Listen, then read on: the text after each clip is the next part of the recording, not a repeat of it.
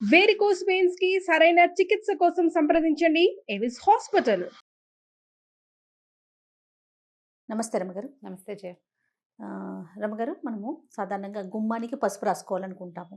మ్మ్. కలర్లు వేయకుండా చక్కగా వారం వారం పసుపు రాసుకుంటే చాలా మంచిదని. అంతెందుకండి, మనం లాస్ట్ 2 years నుంచి ఎదుర్కొంటూ ఉన్నాము. ఒక మహమ్మారి మనల్ని పట్టి పీడిస్తూ ఉంది కదా.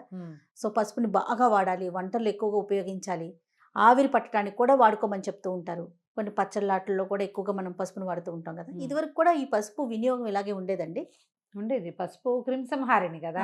ఇంట్లో కూడా మనం నీళ్లు చల్లుకుంటాం, వారం పసుపు వారం పసుపు పసుపు నీళ్లు చల్లుకోవడం, శుక్రవారం పసుపు నీళ్లు చల్లటం, అవును, కళ్ళాపు చల్లేటప్పుడు చిటికెడు పసుపు వేయటం. అందులో వేసుకోవటం. పసుపులో కర్క్యూమిన్ అని ఒక ఇది ఉంది, కెమికల్. ఏదో అలా అంటారు, నాకు అలా గుర్తుంది, కర్క్యూమిన్ అనే.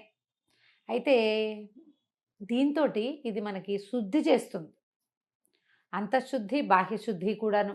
ఓకే. చాలా హెల్త్ పరమైన ఉపయోగాలు చాలా ఉన్నాయి. ఈ క్రిమి సంహారిణి అవ్వటం వల్ల లో లెవెల్ ఒక లెవెల్ వరకు బ్యాక్టీరియాని కంట్రోల్ చేస్తుంది, తర్వాత వైరస్లను కూడా కొంత కంట్రోల్ చేస్తుందని చెప్తారు. భోజనం చేశాక ఇదివరకటి రోజుల్లో ఇలా చేసేవాళ్ళం, అన్నాలు తిన్నాక కంచాలు తీసేసి ఆ మెతుకుల మీద పసుపు నీళ్లు చల్లి, ఆ నీళ్ళు మెతుకులన్నీ తీసేసి పసుపు నీళ్లు చల్లి తుడుచుకునేవాళ్ళు. లేదా పేడతోటి, ఆవు పేడ, రోజు ఆవు పేడ తెచ్చిపెట్టేవారు, పేడతోటి శుద్ధి చేయటం ఆ ప్రాంతాన్ని.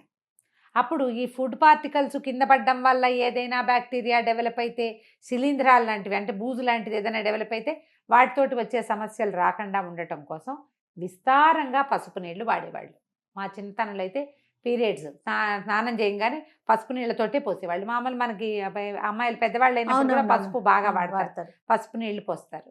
దానివల్ల ఏంటంటే బ్యాక్టీరియల్ ఎఫెక్ట్స్ ఏవి లేకుండా ఉంటాయి. కొన్ని ప్రాంతాల్లో మొదటిసారి మెచ్యూర్ అయినప్పుడు పసుపు ఉండలు కూడా మింగిస్తారని విన్నాను. పసుపు ఉండ మింగిస్తారు, అదే చెప్పబోతున్నా. మాకు ఇప్పటికీ కూడా మా ఇళ్లలో ఆ పద్ధతి ఉంది. 4th డే, 4వ రోజున అంత చిన్న ముద్దలు, 2 పసుపు ముద్దలు మింగేసి నీళ్లు తాగిస్తారు. పసుపు నీళ్ళు పోసి చిన్న ఉండ చేస్తారు, మింగేసి నీళ్ళు తాగిస్తే పొట్ట శుద్ధి అయిపోతుంది. లోపల ఏదైనా చిన్న ఇబ్బందికరమైన వ్యవహారాలు ఉంటే అవి సెటిల్ అవుతాయని, ఓవర్గా ఉంటే తగ్గుతుందని, అవ్వకపోతే సరి చేస్తుందని, లోపల శుద్ధి చేస్తుందని, ఆ లోపలికి వెళ్ళిన తర్వాత ఆ ఉన్న సమస్యని అది తీరుస్తుంది. పీరియడ్స్ అప్పుడు విస్తారంగా వాడతారు పసుపు. తర్వాత ఈ ఇంట్లో అన్ని మూలల కాస్త ఈ శుక్రవారాలు అవి ఇప్పుడు కొంచెం శుద్ధి చేసుకోవటం, ఎవరైనా మరణించిన ఇళ్లలో పసుపుతోటి శుద్ధి చేసుకోవటం, అమ్మాయిలు పెద్దవాళ్ళు అయినప్పుడు ఈ పురిటికి డెలివరీ అయిన తర్వాత అప్పుడు కూడా పసుపు వాడతాం. ఈ పసుపు అనేది మరి ఎన్ని వేల సంవత్సరాల నుంచి మన జీవితాల్లో ఉందో. సంస్కృత కావ్యాల్లో పసుపు గురించి బోల్డ్ చోట్ల కనపడుతుంది. అవునా? కావ్యాల్లో ఉందంటే, కావ్యాలంటే కాళిదాసు రాసిన కావ్యం 7వ శతాబ్దం నుంచి ఉంది కదా. మరి అప్పటి నుంచి వాడుతున్నామనేగా చెప్పాలి. అవును, అప్పటి నుంచి వాడుతున్నట్టే కదా. ఇంకా 1వ శతాబ్దంలో ఉన్న దేవాలయాలు, అప్పుడు 2వ శతాబ్దంలో కట్టిన దేవాలయాల్లో కూడా అమ్మవారికి పసుపు సమర్పించడం అనేది విధానాలు ఉండేవి. అప్పటి నుంచి ఉంది, ఇన్ని సంవత్సరాల నుంచి వాడుతూనే ఉన్నాం. దాంట్లో ఉన్న ఔషధ గుణం మనం తెలుసుకున్నాక ఆయుర్వేద శాస్త్రరీత్యా వైద్యానికి చాలా ఉపయోగపడుతుంది. కాబట్టి పసుపుని మన రెగ్యులర్ వంటల్లో, ఇళ్ళు వాకిళ్ళు శుభ్రం చేసుకోవటాల్లో, బట్టలు శుభ్రం చేసుకోవటానికి, శరీరం శుభ్రం చేసుకునేటప్పుడు నలుగులోకి కొంచెం పసుపు వేసుకోవటం, ఇవి అలవాటు చేసేసారు. ఇది పైగా మనకి పసుపు పవిత్రమైన దినుసుల్లో ఒకటి. అవును, అమ్మవారికి పసుపు కుంకుమ సమర్పిస్తాం. పసుపు స్త్రీలకి అత్యంత అవసరమైనది. ఇది వరకు నీళ్లలో తిరిగేవాళ్ళు, బాగా తడిలో తిరిగి పని చేయాల్సి వచ్చేది, నీళ్ళు తెచ్చుకునేవాళ్ళు, కాళ్ళు పాడైపోతుండేవి. ఎప్పుడు పసుపు రాసుకోవటం, వాకిళ్ళకి రోజు వాకిలి గుమ్మానికి పసుపు రాసి బొట్టెట్టి ముగ్గేసి బొట్టు పెట్టడం, పాదాలకు పసుపు రాసుకోవటం, ఒక చిటికెడు పసుపు ముఖానికి రాసుకోవటం ఎవ్రీడే. ఆ తర్వాత ఇప్పుడు మనం ఈ డూష్లు అవి చాలా వచ్చినాయి కదా, వాష్లు అంటే మా ప్రైవేట్ పార్ట్స్ వాష్ చేయాలి, అది పసుపుతోటి వాష్ చేయించేవాళ్ళు ఇది వరకు, పసుపు నీళ్లతోటి. మనకు చాలా కనపడుతున్నాయి అడ్వర్టైజ్మెంట్స్ కూడా. మనం దీన్ని వాడుకోవచ్చు పసుపుని. అయితే ఈ పసుపుని కొని ప్యాకెట్లలో ఉన్నది కాకుండా మనం పసుపు కొమ్ములు తెచ్చుకుని చక్కగా కొట్టి 2 దెబ్బలు కొట్టేస్తే పగులుతాయి. మంచిగా ఎండబెడితే బాగా చక్కటి మంచి రంగున్న పసుపు వస్తుంది. అప్పుడు పసుపుని పట్టి చేసుకోవడం, మిక్సీ చేసుకోవచ్చు. మంచి మిక్సీ ప్రీతి లాంటివి కాస్త బాగా పనిచేస్తారు, వచ్చేస్తుంది. అవును, బాగా చక్కగా వస్త్రకాళితం చేయటమో లేదా జల్లెడ పట్టడమో, 100 నెంబర్ జల్లెడ తెచ్చుకున్నామంటే చక్కగా జల్లెడ పట్టేసేసి పసుపు వాడుకోవచ్చు. మనం సొంతంగా పట్టించుకున్నది పట్టినది అయితే హాయిగా లోపలికి తీసేసుకోవచ్చు ధైర్యంగా. అవును, ఆహారంలో వాడుకోవచ్చు, తిరగమాతల్లో తాలింపుల్లో వేస్తాం కదా, పసుపు ఎప్పుడు నూనెలో వేస్తే మంచిది అని చెప్తారు. కూరల్లో పైన చల్లుతాం కదా, కూరల్లో వేస్తాము, చారులో వేస్తాము, పులుసులు వేస్తాం, పులిహారల్లో వేసుకుంటాము. చాలా తాలింపులు, పసుపు లేని తాలింపులే ఉండవు మనకి. అవును ఒక చిటికెడు పసుపు తప్పకుండా వేస్తాం. దానివల్ల ఏంటంటే అలా అందులో ఉన్న కర్క్యూమిన్ వల్ల ఇంత అంతర్గతంగా లోపల ఉన్న పేగులు అవి శుభ్రపడతాయని. ఆహారం శుద్ధి అవుతుందన్న పాయింట్ ఒకటైతే ఓకే. మనకి ఆరోగ్యానికి మంచిది కాబట్టి దీన్ని వాడుతూ ఉంటాం. ఒకవేళ మనకి గుమ్మానికి పసుపు రంగు ఉన్నప్పటికీ కనీసం శుక్రవారాలైనా వాకిలి గుమ్మాల దగ్గర శుభ్రంగా కాస్త పసుపు రాసి కనుక బొట్టు పెడితే బయట నుంచి చెప్పుల ద్వారా వచ్చేటువంటి బ్యాక్టీరియాని మనం కొంత నిరోధించగలుగుతాం. పసుపు కొమ్ములు వాడుకోవటం, పసుపు కొమ్మరది తమిళనాడు సాంప్రదాయం నీకు తెలిసిందేగా. పసుపు అరగదీసి పచ్చి అరగదీసి పూసుకుంటారు, విపరీతంగా పసుపు రాసుకుంటారు. వాళ్ళని పసుపుగా ఉంటాయి ఎక్కువ భాగం కనిపిస్తుంది. సూత్రాల తాళ్ళు కూడా పసుపుగా ఉంటాయి.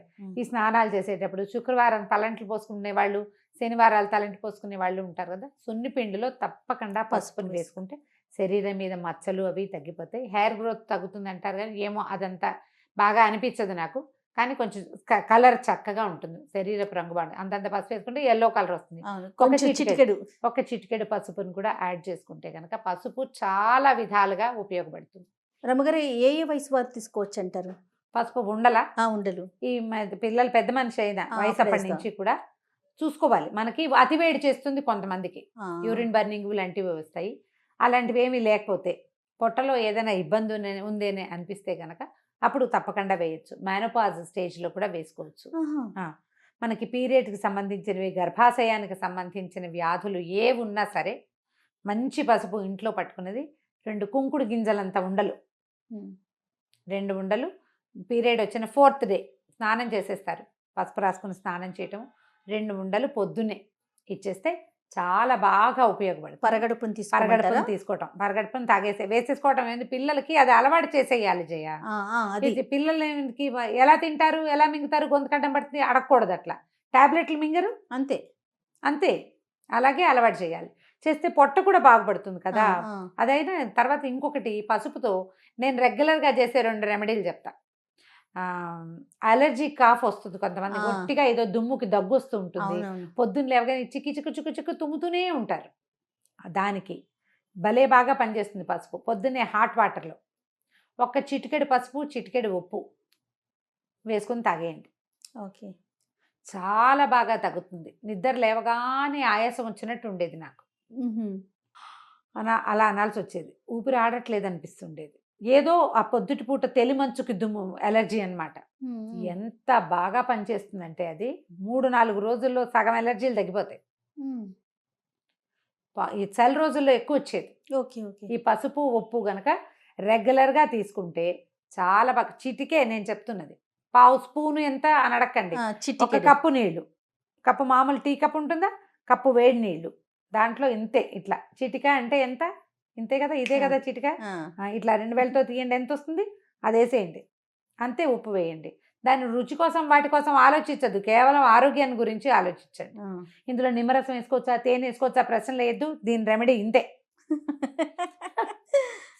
నిజంగా కాఫీ పొడితో చేతులతో ఇంకోండి అని చెప్తే టీ పొడి వాడచ్చా అని అడుగుతారు. అలా అడుగుతున్నారని ఈ మాట చెప్తున్నా. వేరే ఏ యాడ్ చేషన్స్ చేయొద్దు. వేడి నీళ్ళల్లో ఇది వేసుకొని ఉప్పు పసుపు ఎంత బాగా పనిచేస్తుందో. అయితే మన దగ్గర మనం హల్దీ వాళ్ళ దూదు తాగే విధానం లేదు, మనం వాడం దాన్ని. అవునవును, నార్త్ ఇండియన్స్ బాగా వాడతారు. ఏమైనా దెబ్బలు తగిలితే పాలల్లో పసుపు వేసుకుని తీసుకోవటం. మనం అంత విరివిగా పసుపు తీసుకునే విధానం లేదు. ఈ అలర్జీస్ కూడా మనకి అలర్జీ ఉన్న నాళ్ళు వేసుకోవటం, తగ్గిపోతే మానేయాలి. ఈ పీరియడ్ సమస్యలు కూడా సమస్య ఉన్న వాళ్ళే వేసుకోవాలి. ప్రతి నెల మనకు అవసరం ఉన్నా లేకపోయినా వేసుకోకూడదు. అవసరం ఉంటేనే. సమస్య బాగా ఇబ్బంది పడుతుంటే మనం సాధారణంగా ఒక 5 days డిశ్చార్జ్ నార్మలు, చిన్న పొన్న క్లాటింగ్ నార్మలు, ఓ పూట కొంచెం కడుపులో నొప్పి రావటం నార్మలే. ఇది కాకుండా ఎక్సెసివ్ బ్లీడింగ్ కానీ, లేకపోతే అస్సలు లేకపోవటం కానీ, విపరీతమైన క్లాటింగ్ కానీ, తల్లకిందులైపోవటం కానీ, ఇలా జరిగితే మనం పని చేయలేకపోవటం కానీ, అవి సమస్యలు. వాటికి ఎట్లాగో మనం డాక్టర్ని చూస్తాం, గైనకాలజిస్ట్కి వెళ్తారు. ఇవి ఎప్పుడు ఉండేవే ఎందుకు అనుకుంటే ఇది ట్రై చేసి చూడండి.